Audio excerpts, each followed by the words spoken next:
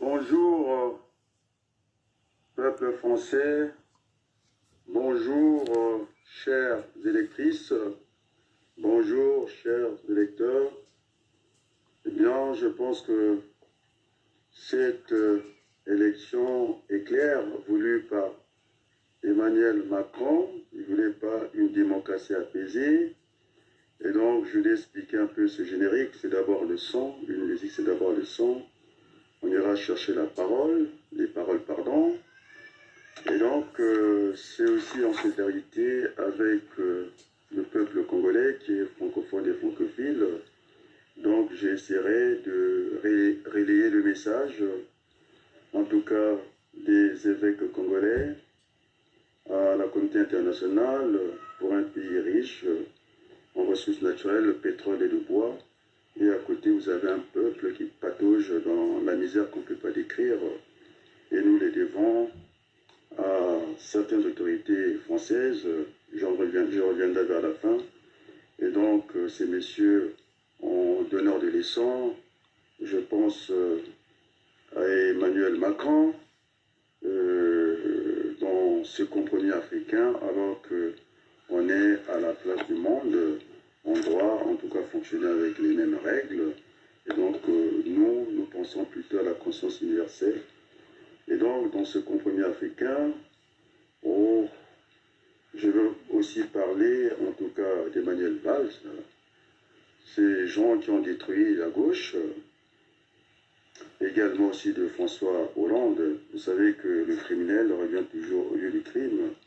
Ces messieurs, je ne sais pas le deal qu'ils avaient avec son ancien secrétaire général, adjoint à l'Élysée, Emmanuel Macron, pour laisser au dernier moment la gauche dans tous les États. Et donc il fallait reconstruire cette gauche avec d'autres acteurs. Et je pense à Jean-Luc Mélenchon, qui avait fait une brillante campagne, la dernière campagne des élections présidentielles. Et donc, c'était un moment de vérité. Je regardais les sondages au niveau de YouTube en termes de j'aime et en termes de vues. Il est largement au-dessus de tous les acteurs politiques, que ce soit Jadot, qui parle à des mémos, finalement, que Jean-Luc, il ne fallait pas diaboliser Jean-Luc, n'est pas Marine Le Pen, c'est vrai. Il fut quand même le ministre, il a cette culture de gouvernement. Et donc, cette façon de parler à des mémos, je n'aime pas trop. Je pense qu'à la dernière élection, Jean-Luc Mélenchon s'est placé avant Jadot. Et maintenant, avec 13% d'une élection, en tout cas européenne, on ne va pas citer la part du lion. Je pense à Raphaël Gluckman, je pense à Lié, sinon, du Parti Socialiste. Et donc, tout ça, c'est trop facile. Et donc, nous devons mener une campagne. Et donc, il y a plus de distraction qu'autre chose. Expliquer le programme du Front populaire au premier tour et au deuxième tour. Il faut faire barrage, je crois bien, au Front national, qu'on appelle aujourd'hui le Rassemblement national de Marine Le Pen. Il faut leur barrer la route, coûte que coûte, parce que depuis 1945, on n'a pas vu l'extrême droite. D'ailleurs, l'extrême droite en Italie, on connaît le résultat.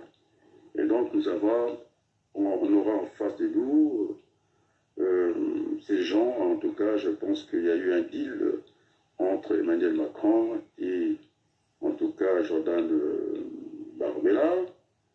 Alors, si je disais, je ne cesserai de le répéter sous forme d'un effort, que finalement, c'était deux enfants d'un même accouchement que j'appelle des frères jumeaux, très brusques et très instables dans les décisions. Un coup, on veut la majorité. Une fois qu'on a la majorité relative, celle-là, il faut qu'elle soit absolue. C'est pareil aussi pour Emmanuel Macron, qui avait une majorité, en tout cas, relative pour la législature pour 5 ans, parce que le mandat de député, c'est 5 ans. Ben, il va dissoudre pour avoir encore moins de députés qu'avant. Donc, ça reste incompréhensible. Donc, Emmanuel Macron, il a la volonté, puisque le gamin, les enfants qui sont passés directement, ils ont fait en tout cas la politique directement, pas en tant que militants, directement dans les cabinets ministériels, et puis aussi, parfois, ils étaient attachés parlementaires, donc c'est pas des gens comme les autres qui avons commencé par une vie professionnelle, donc ce sont des gens qui n'ont fait que la politique toute leur vie, et donc ils ne peuvent pas comprendre, en tout cas, la misère du peuple. Et donc, ce vote, puisque Macron, il veut la cohabitation, c'est clair, et donc, nous allons construire, en tout cas, ce front républicain avec une ouverture à droite, parce que je pense que David Blin mène une meilleure campagne qu'à côté vraiment de François Hollande, qui ne fait que le débat des personnes. Alors, il faut élever un peu le débat, parce que, comme disait Roosevelt, en tout cas, les petits passent leur temps à discuter des futilités, et puis les moyens, ils sont dans l'événement. Bon, c'est un événement qui est là, et puis les grands hommes, c'est au dernier niveau, et c'est le combat d'idées. Donc, il y a un plan qui existe, c'est parce qu'il ne faut pas occulter qu'aujourd'hui, la France est en faillite. C'est ça la raison de la dissolution, et que le déficit ne faisait que s'empirer. Et donc, ils ont lâché prise sur la dépense comme ça, de quoi qu'il en coûte, prime à la casse. Et donc, pour redresser ce pays, ça devenait une difficulté pour, en tout cas, c'est lui qui a plus passé du temps, Bruno Le Maire, qui a conforté, en tout cas, mon analyse politique. Il faut, en tout cas, le vote du deuxième tour. Au départ, ça sera le Front populaire. Le deuxième tour, ça sera le Front républicain. C'est-à-dire, c'est un vote, pas de mécontentement, comme à la sortie, en tout cas, des élections européennes, où le Rassemblement national était à 33%, c'est-à-dire qu'il y a des votes de contestation. Mais on a vu qu'au fil de l'eau, au fil du temps, maintenant, un peu, c'est vrai que c'est une campagne éclair, mais nous assistons à ce qu'on appelle les vases communicants, c'est-à-dire qu'ils sont en train de descendre à force d'expliquer. En tout cas, cette campagne, il faut beaucoup d'explications, pas des génériques tels que j'ai vu. Je suis député sortant, ma femme, elle fait de la coiffure quelque part. C'est pas le débat, il faut aller. Dans le débat des fonds, il y a une faillite de l'économie, de la maison France. Et donc, nous sommes sous radar de la Commission européenne, et donc nous n'avons plus de marge de faire quoi que ce soit. Et donc, effectivement, la Commission européenne avait demandé à Macron et à Bruno Le Maire de, en tout cas, réduire le déficit actuellement, le déficit budgétaire de la France, qui est à hauteur de plus de 5%. Il fallait le ramener au niveau de la discipline budgétaire, au sens de la Commission européenne, à 3% de la richesse créée. Je pense qu'il a repris mes mots, en tout cas, Bruno Le Maire a conforté. Et donc on a dit que les programmes des extrêmes, ça nous dit qu'il y a un extrême, en tout cas à droite, mais à gauche, il n'y a pas d'extrême, parce que nous sommes 4 grandes familles où nous avons penché, nous avons croisé le programme Jospin à celui L'Avenir en commun, très bien rédigé par plus de 100 économies de France, que j'avais regardé de près moi-même en tant qu'économiste. Un programme sérieux qui est connu, donc au niveau de la Commission européenne, du côté de Bruxelles, et donc nous n'aurons pas à négocier, en tout cas, des échéances pour amener le déficit 100%, parce que sinon, si on s'en tient à ce discours mielleux qui est tenu par Jordan Barbella, ce géographe, qui n'est pas un économiste. Moi, j'ai connu des formations telles que j'ai vu quand on veut réduire, parce qu'il a oublié que l'État était un agent économique, il fallait chercher ce qu'on appelle ses ressources et recettes. Alors, les recettes de l'État, ça passe par le prélèvement d'impôts, et puis aussi, il faut qu'on ait cette souplesse d'aller, en tout cas, s'endetter dans les marchés existants, que ça peut être national ou international, et que si on laisse encore défiler les déficits, nous allons être sous tutelle, c'est-à-dire que nous n'aurons plus la possibilité d'émettre tranquillement ce qu'on appelle les obligations d'État ou les emprunts d'État. Ce sont des titres de créance émis par un État pour financer ses dépenses en empruntant des fonds sur les marchés financiers. Et donc, c'est ce qu'on appelle sur le compte individuel, lorsque vous avez tellement fait des dégâts au niveau de la banque, votre banque de dépôt vous paye sous tutelle, c'est-à-dire que vous avez une interdiction bancaire. Donc, il ne faudrait pas que la France arrive dans cette interdiction bancaire qu'on appelle la tutelle. Donc, il faut réduire ce déficit-là. Et donc, nous avons toutes les camarades de la Commission européenne pour qu'il n'y ait pas de dérapage à ce niveau-là. Maintenant, quand on vous dit qu'il va réduire, en tout cas, le coût du travail, c'est ce qu'il ne faut pas faire parce que l'État va se priver de ressources. Alors, la dernière sortie en tout cas, Bruno Le Maire vient conforter, en tout cas, l'analyse que j'ai proposée à la gauche. Et donc, je ne passe pas mon temps, nous cherchons des solutions à faire comme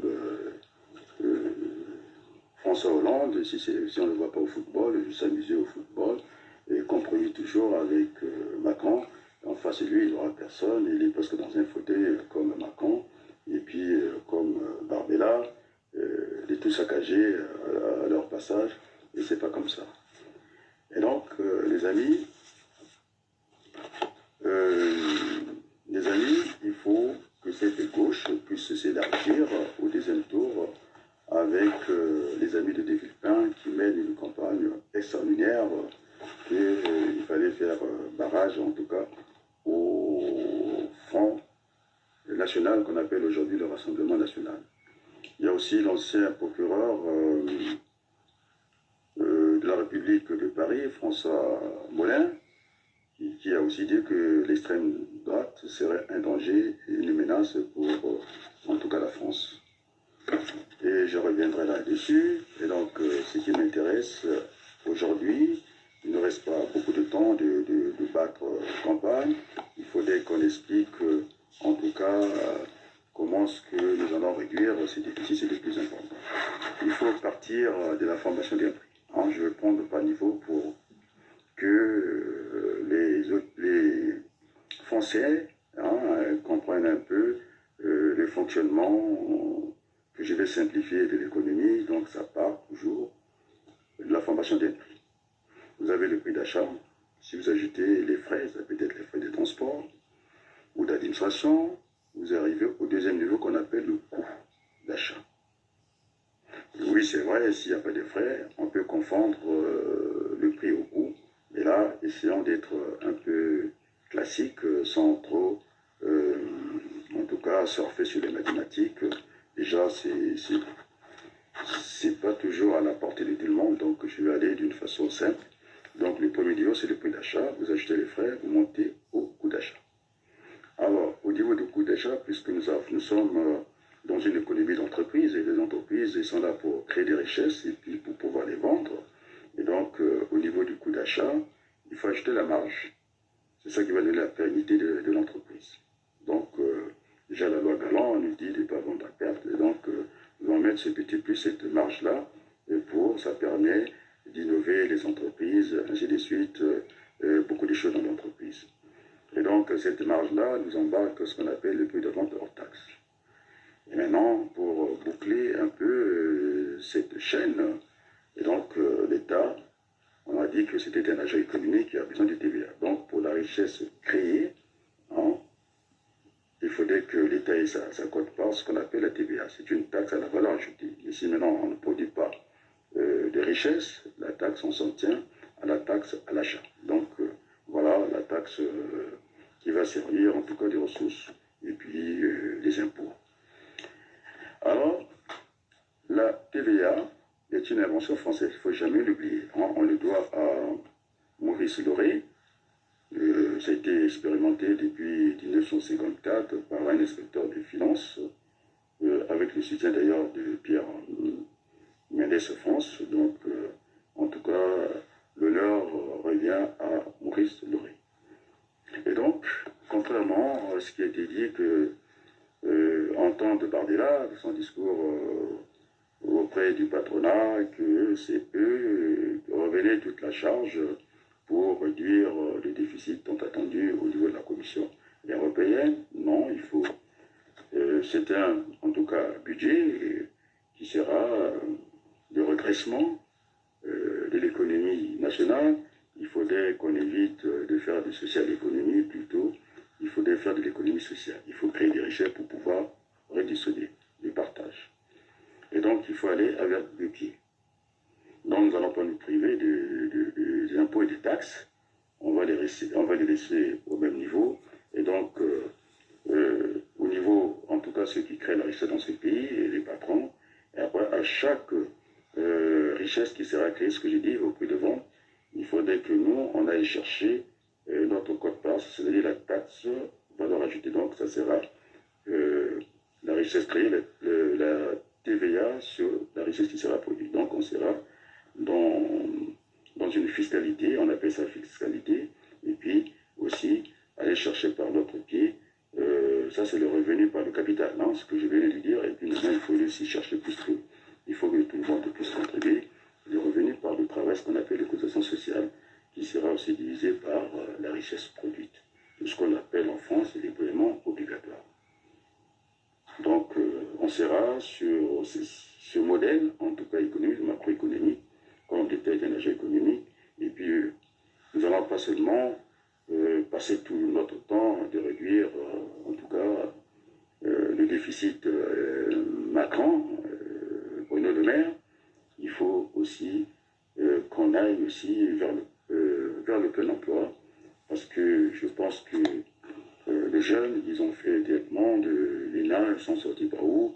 Gabriel Attal, qui disait que finalement, il y avait plus des inactifs pour cette question de retraite. Donc, nous allons réduire le temps du travail, il faut réduire le temps du travail. La semaine de 4 jours, puis 5 jours. Et puis, pour aller vers ce point d'emploi, dans le sens du bureau, de l'EIT, pardon, de l'Organisation internationale du travail, il faut descendre pour les gens qui sont susceptibles de travailler, la population active, on appelle ça, à moins de 5%. Je pense qu'on peut y arriver. Martine Aubry, avec la réduction du temps de travail, à son époque, qui avait réduit le temps de travail, on était à la semaine de 39 heures, en ramenant à 35 heures, donc théoriquement et mécaniquement, le travail était réduit à 10%, donc par effet mécanique, on pouvait créer en tout cas 10%, c'est-à-dire pour une entreprise de 10 personnes, et quand il fallait récupérer 4 heures multipliées par 10, donc une entreprise déjà de 10 personnes pouvait déjà créer un emploi. Et c'est ce qu'on n'a pas su faire. Il fallait répertorier les entreprises qui avaient plus de 10 salariés de façon qu'on assure les mesures d'accompagnement. Et donc cette fois-ci, nous allons prendre des précautions pour ne pas trop alourdir le coût du travail. Et donc on ira chercher au niveau de la réduction du temps de travail pour créer d'autres emplois et créer une direction pour gérer ces fonds de création d'entreprises, c'est l'économie sociale, c'est de ne pas à chaque emploi, dans le cadre de la réduction du temps de travail qui sera créé, nous allons défiscaliser les cotisations sociales en gardant intacte la richesse, c'est-à-dire du côté fiscal, on ne va pas y toucher, on va toucher la part fiscalité. Et donc, chaque emploi supplémentaire qui sera créé dans le cadre, en tout cas, de la réduction du temps de travail, sera géré par la direction de l'économie sociale de façon de ne pas perdre en compétitivité. Voilà semaine de 4 jours, ça sera ça. D'ailleurs, ça a été expérimenté par plus de 400 entreprises en France. En tout cas, il y a eu plus de productivité et plus de bien-être chez les salariés. Il y a eu de création, en tout cas, on va dire 10% d'emplois en CDI. Et donc, tout ça, ça sera exonéré, cette partie-là, par les cotisations sociales. Voilà le plan que nous voulons mettre, nous voulons proposer aux Français. C'est pas en français de trouver des solutions, et donc moi je passe pas mon temps comme Hollande, toujours comme ça. Ce que je disais, le criminel revient toujours à consommer du crime. Et ils ont un deal, je ne sais pas, avec Macron, ils veulent avoir le même deal.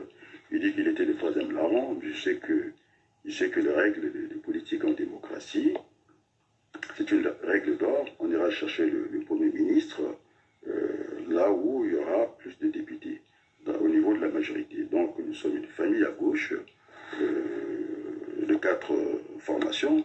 Vous avez le Parti socialiste que les politologues classent, en tout cas au centre-gauche.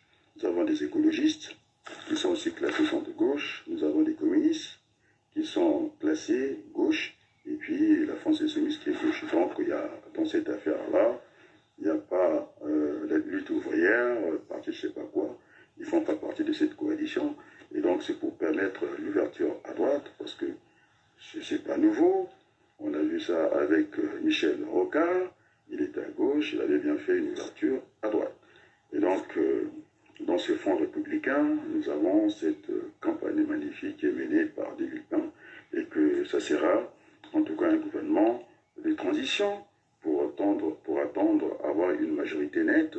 Et donc, c'est un gouvernement pour redresser la situation économique du pays, c'est-à-dire la France, à la date de la dissolution, est en faillite. Donc, il faut éviter ce dérapage, que la France devienne sous tutelle, c'est-à-dire de la Commission économique européenne, et qui ne pourra plus faire librement les obligations d'État qu'on appelle les emprunts d'État. Donc, il ne faut pas qu'on arrive à cette situation-là.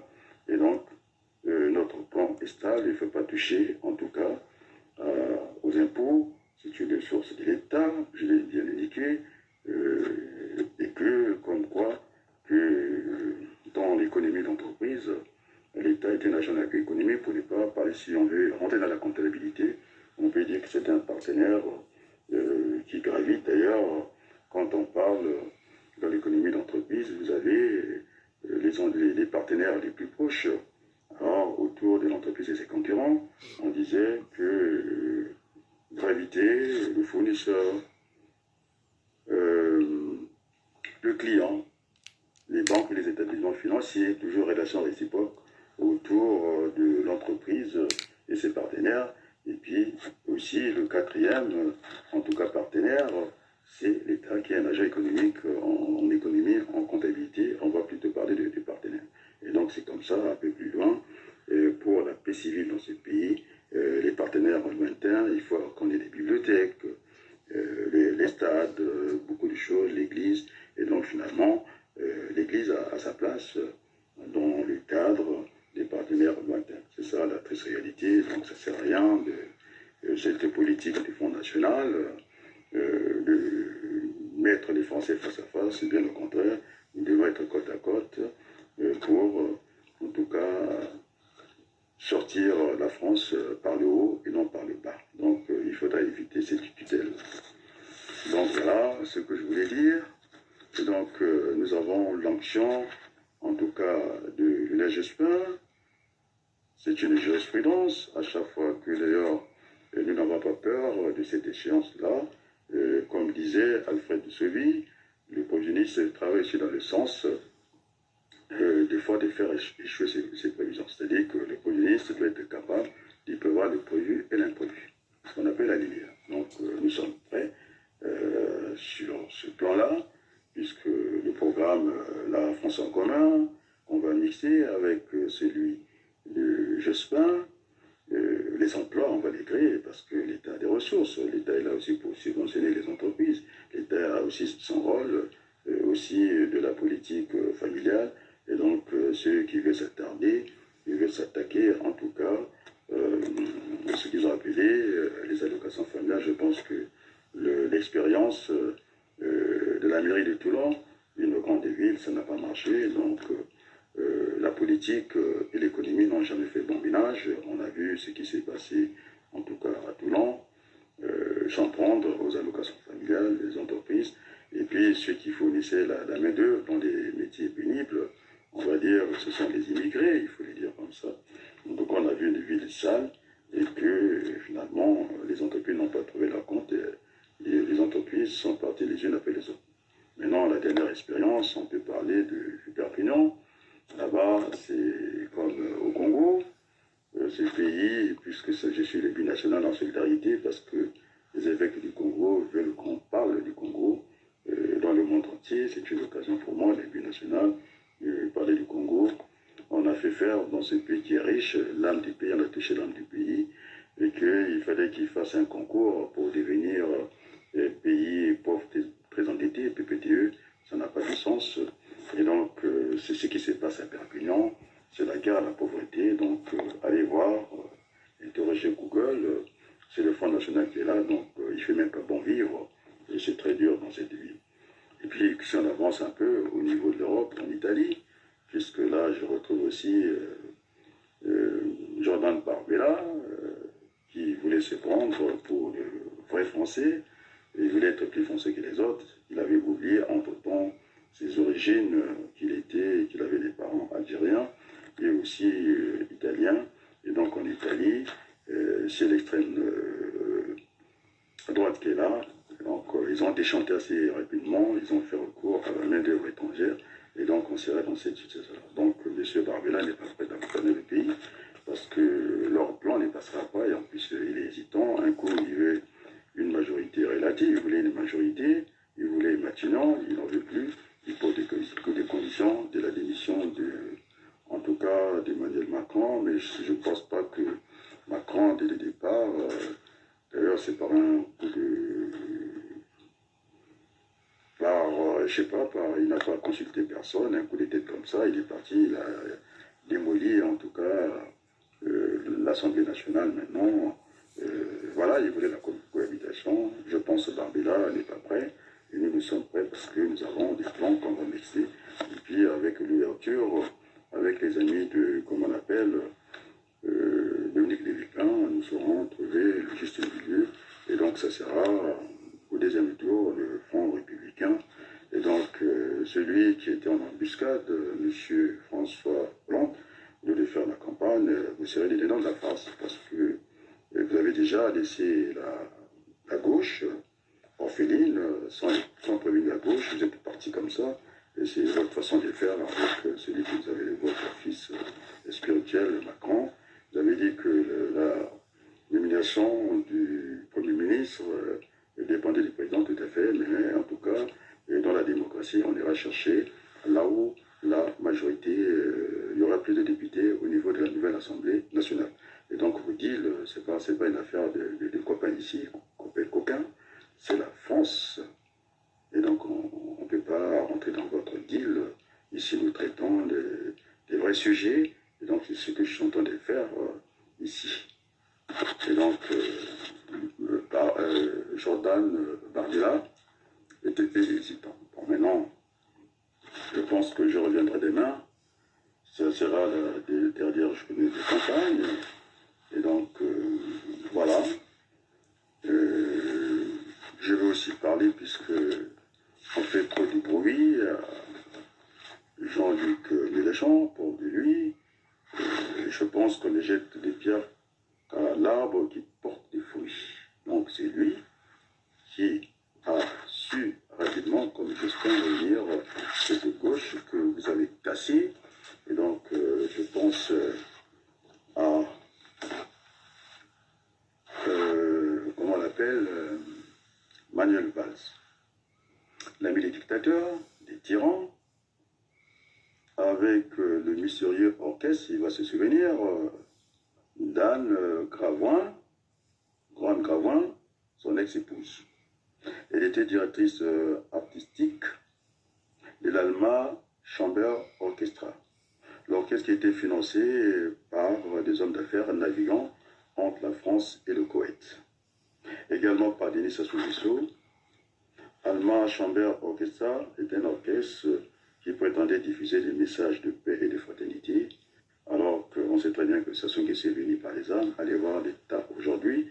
Le dernier visiteur du Congo semble être Gérard Larcher, que j'avais grandi, hein, qu'on ne peut pas imaginer un pays qui a autant de ressources et qu'il y a une pauvreté grandissante, des orphelinats, alors qu'on a vu le Qatar, un pays qui vient de naître comme ça, organiser une Coupe du Monde, même le stade du Congo, ils ne sont même plus homologués. Il a fallu prendre un forfait parce que par l'orgueil de M. Denis Sassou Nguesso, on a privé la jeunesse de faire du football. Voilà. Je n'ai pas que ça, pour ce traître d'Emmanuel Valls.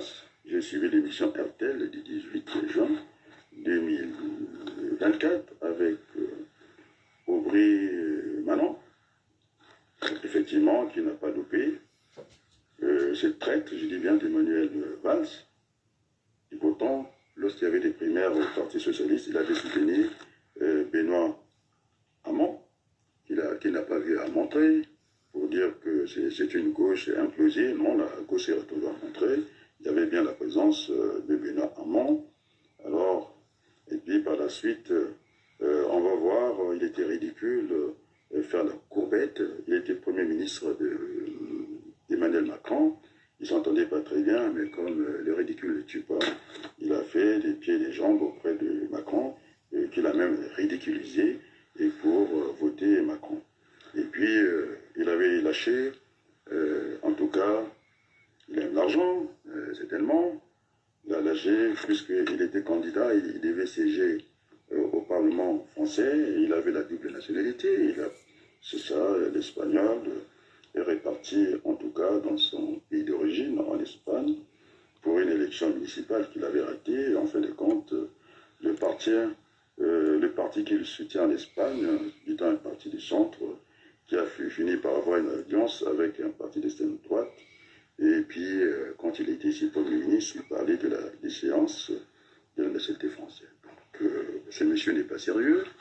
Et donc, ce que je disais, les criminels, les démolisseurs de la gauche, et bien toujours, sont revenus au moment où nous essayons, en tout cas, d'avoir la refondation, en tout cas, de la gauche. Et donc, il y a 4 grandes familles, et ça demande, en tout cas, du respect.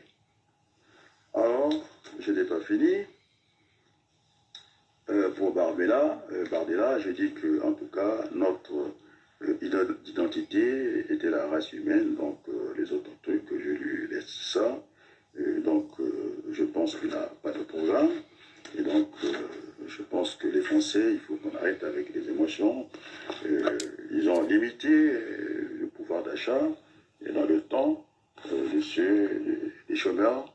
Et donc, nous devons être solidaires aussi avec le reste de la population, je dirais même la population de France, c'est-à-dire y compris les immigrés. Parce que quand on parle de la population française, on s'en tient aux électrices et électeurs, simplement.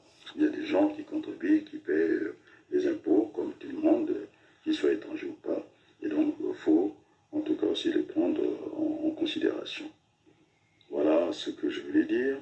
Et maintenant, je vais faire passer les messages de la radio chrétienne francophone, l'édito de Jean Mercat, qui plaide pour le Congo, un pays dont on parle peu, c'est ce qu'il dit. C'est le message des évêques congolais à la communauté internationale d'essayer de reparer, de faire quelque chose pour le Congo. Et quand vous avez Madame Yael Pivet-Brown, hein, qui a des actions chez Total Énergie. Total Énergie, l'ambassadeur c'est qui? C'est Patrick Pouyanné. Et cette affaire des voyous qui mélangent, qui abîme l'image de la France. On en a besoin parce que la France toute seule, elle ne peut pas vivre en autarcie. La France, ce que je voulais dire à Jordan Bardella, c'est toujours sous forme de chapelet, qu'il aille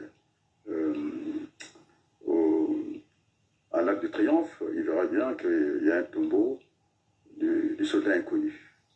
Donc, il va rattraper l'histoire de ses parents, qui est d'origine algérienne, que nos parents, nous, cette confusion, qu'on soit des boucs émissaires, il y a des gens, il y a des Noirs qui sont nés avec la nationalité française, je pense à cette France lointaine, les Antilles, la Nouvelle-Calédonie, et j'en passe. Et donc, vous avez Madame Yael qui est, je n'ai pas oublié, je n'ai pas une affaire coquette somme de 40 000 euros. Elle a des actions chez Total, comme par hasard. Et à chaque fois que nous avons voulu négocier, discuter avec Total Final, qui est la bienvenue au Congo, on le sait. Même, bon, je ne vais pas aller plus loin. Et donc vous avez Pouyanné qui est l'ambassadeur des ambassadeurs, qui a été décoré par Emmanuel Macron à l'Élysée, et c'est monsieur qu'on trouve qui est l'ami par excellence de Kagame, Paul Kagame, c'est pas en guerre. Je ne pense pas que le Congo-Kinshasa était à l'origine du génocide. Alors, trop bon couillon, ils ont ouvert leurs frontières pour accueillir ses frères à la frontière. Mais aujourd'hui, vous avez des Pouyanais qui sont là, armés Paul Kagame, et c'est des familles. Et donc, il n'y a pas que lui. Je disais que François Hollande n'est pas gentil, il n'est pas sérieux. Si aujourd'hui, il y a ce message de la radio chrétienne francophone, les Congolais, pour les Congolais, François Hollande, c'est un traître, un voyou. Parce qu'il a donné le droit à Denis Sassou Nguesso de tuer le peuple congolais. Qu'il pouvait marcher sur la Constitution. Et puis voilà, aujourd'hui, allez voir ce pays, la capitale de la France, libre, c'est-à-dire l'Afrique équatoriale française, et puis à côté d'un pays qui génère le pétrole, et à comparer avec l'autre capitale de l'Afrique occidentale, la HOF, de Dakar, il n'y a même pas photo. Allez voir ce peuple qui ne mange plus. Le dernier événement, semble-t-il que comment est-ce qu'on peut avoir 1 milliard, on peut prêter 1 milliard quand on n'a jamais travaillé. On n'a jamais travaillé de sa vie sans le moindre bulletin. Et puis au Congo, après le départ des colons, il n'y a pas des nantis au Congo. Comment est-ce qu'on peut se retrouver la famille Okemba, la Légion d'honneur par les amis de Hollande et compagnie. Donc il faudrait que cela s'arrête. C'est pour le rayonnement de la France. Nous voulons une France proposée, c'est-à-dire changer son logiciel simplement. Nous voulons des relations de gagnant-gagnant. C'est une bonne stratégie que, de toute façon, quand on vend des armes, j'ai eu en tout cas, lorsqu'on vend des armes, on va anéantir un peuple. Et puis je peux vous dire qu'à 2 ans, on ne peut pas avoir une opinion publique. Oh, je pense toujours, je reviens sur Madame Yael Pivet-Brown, qui n'entendait pas les cris des enfants en train de se noyer dans la Méditerranée. Et les faits divers ne devaient pas arriver, en tout cas dans l'espace de l'Assemblée nationale. Ça la gênait énormément. Elle a dit que moi je pense qu'au premier tour, c'est la démocratie en France. On doit passer par l'élimination. Et puis au deuxième tour, il faut choisir. Et dit que entre la gauche et l'extrême gauche, c'est le nini. Et franchement, elle est mère de 5 enfants, c'est n'entend pas. Les enfants qui se noient en Méditerranée, et là, je crois, du boulot, c'est de s'occuper de sa famille, ça serait une bonne chose. Donc, je demande aux électeurs de sa circonscription de faire comme ce qu'ils ont fait à Ferrand. Ils ont plongé, elle est dans les magouilles avec Total Énergie, et donc elle n'a plus sa place à l'Assemblée nationale. Et je me rappelle de cet échange rare à l'Assemblée nationale de Alma, aujourd'hui, qui porte en tout cas les couleurs de Front populaire, qui a dit quand même, c'est-à-dire 40 000 50 000 euros. Je ne sais pas si elle a déclaré avant, après. Et qu'on oublie comme ça. Donc, il y a trop de magouilles. Ça détruit l'image de la France. Il faut avoir des relations nouvelles avec nos partenaires qui sont les Africains. C'est pourquoi ce chant générique en solidarité avec le peuple congolais. Et en tout cas, jusqu'à demain, nous allons encore nous battre. Nous n'allons pas passer du temps simplement à venir avec un discours facile de critiquer. Ce sont les petits qui tapent en bas de la ceinture. Nous voulons avoir un bon débat. Et donc, jusqu'à présent, il a parlé de la politique de l'offre. C'est l'offre et la demande, c'est ça le marché. Il n'y a pas que l'offre d'un côté. Et donc, M. Hollande, nous avons encore des choses à prendre. C'est nous qui avons accompagné François Hollande. Je suis de Creil. C'est vu. Et franchement, c'est une déception, c'est un traître. Voilà, il nous a trahis à Creil. Il a trahi le peuple congolais. Et sur ce, je pense qu'il nous restera la journée de demain avant la clôture d'écouter les autres et venir apporter nos arguments ici. Et donc, je dirais, vive la France, vive le Congo, on va dire, vive le reste du monde. Et merci beaucoup, ces chants en solidarité avec le peuple congolais, francophile et francophone.